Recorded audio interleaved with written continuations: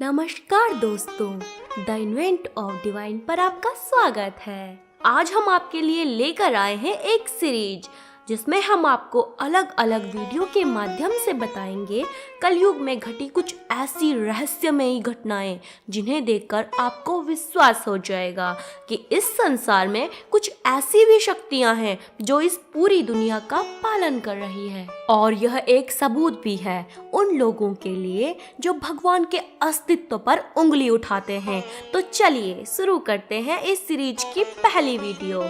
अगर आप हमारे चैनल पर नए हैं तो रोचक और रहस्यमयी कथाएं जानने के लिए हमारा चैनल सब्सक्राइब करें और बेल आइकन को प्रेस करना ना भूलें ताकि हमारी आने वाली वीडियो का नोटिफिकेशन आप तक पहुंच सके।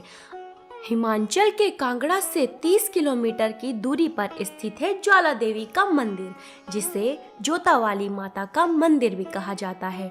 यहाँ पृथ्वी के गर्भ से 9 अलग अलग जगह से ज्वाला निकल रही है, जिसके ऊपर ही मंदिर बनाया गया है। इन 9 ज्योतियों को लक्ष्मी, अन्नपूर्णा, चंडी, हिंगलाज, विंध्यवासिनी, महालक्ष्मी, सरस्वती, अंबिका और अंजी देवी के नाम से जाना जाता है। इतिहास में इस जगह की कहानी 16वीं शताब्दी से जुड़ी हुई है, जिसे अकबर और माता के परम भक्त ध्यानु भगत की कहानी के नाम से जाना जाता है। जिन दिनों भारत में मुगल सम्राट अकबर का शासन था, उन दिनों की ये घटना है। हिमाचल के नादौन गांव का एक निवासी माता का सेवक ध्यानु भक्त 1000 यात्रियों सहित माता के दर्शन के लिए जा रहा था। इतना बड़ा दल देखकर बादशाह के सिपाहियों ने उन्हें चांदनी चौक दिल्ली में रोक दिया और अकबर के दरबार में ले जाकर ध्यानु भक्त को पेश किया। बादशाह ने पूछा, तुम इतने सारे आदमियों को लेकर कहाँ जा रहे हो? ध्यानु ने उत्तर दिया, मैं ज्वाला माई के दर्शन के लिए जा रहा हूँ। मेरे साथ जो लोग हैं वे भी माता के भक्त हैं और यात्रा पे जा रहे हैं। अकबर ने सुनकर कहा, ये ज्वाला माई कौन है और वहां जाने से क्या होगा?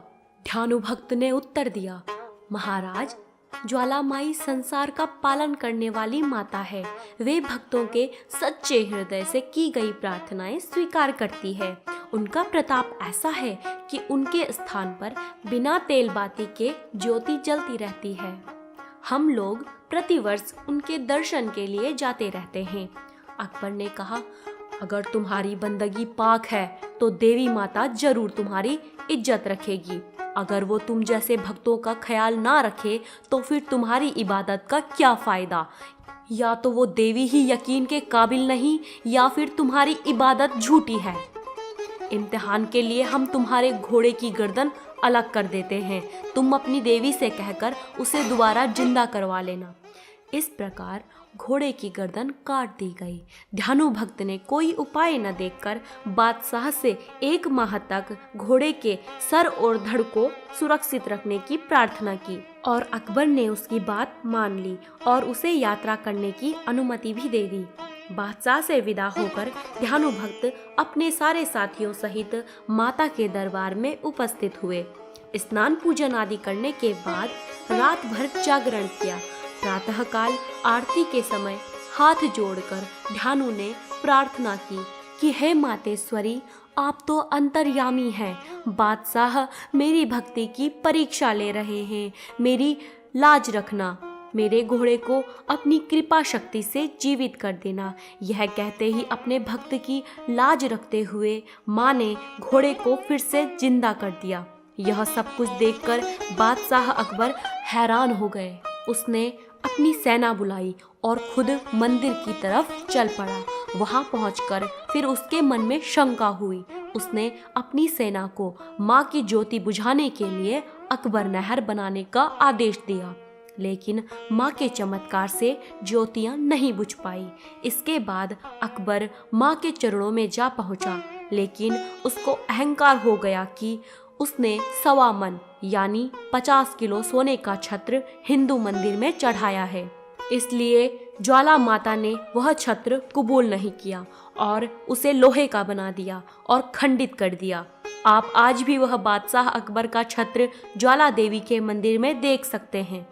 जब माँ ने अकबर का घमंड दूर कर दिया तब अकबर ने वहाँ भक्तों के लिए सराय बनाए। तो दोस्तों, आपको क्या लगता है कि अगर घोड़े का सिर नहीं जुड़ा होता तो अकबर जैसा बादशाह दिल्ली छोड़कर हिमाचल क्यों आता?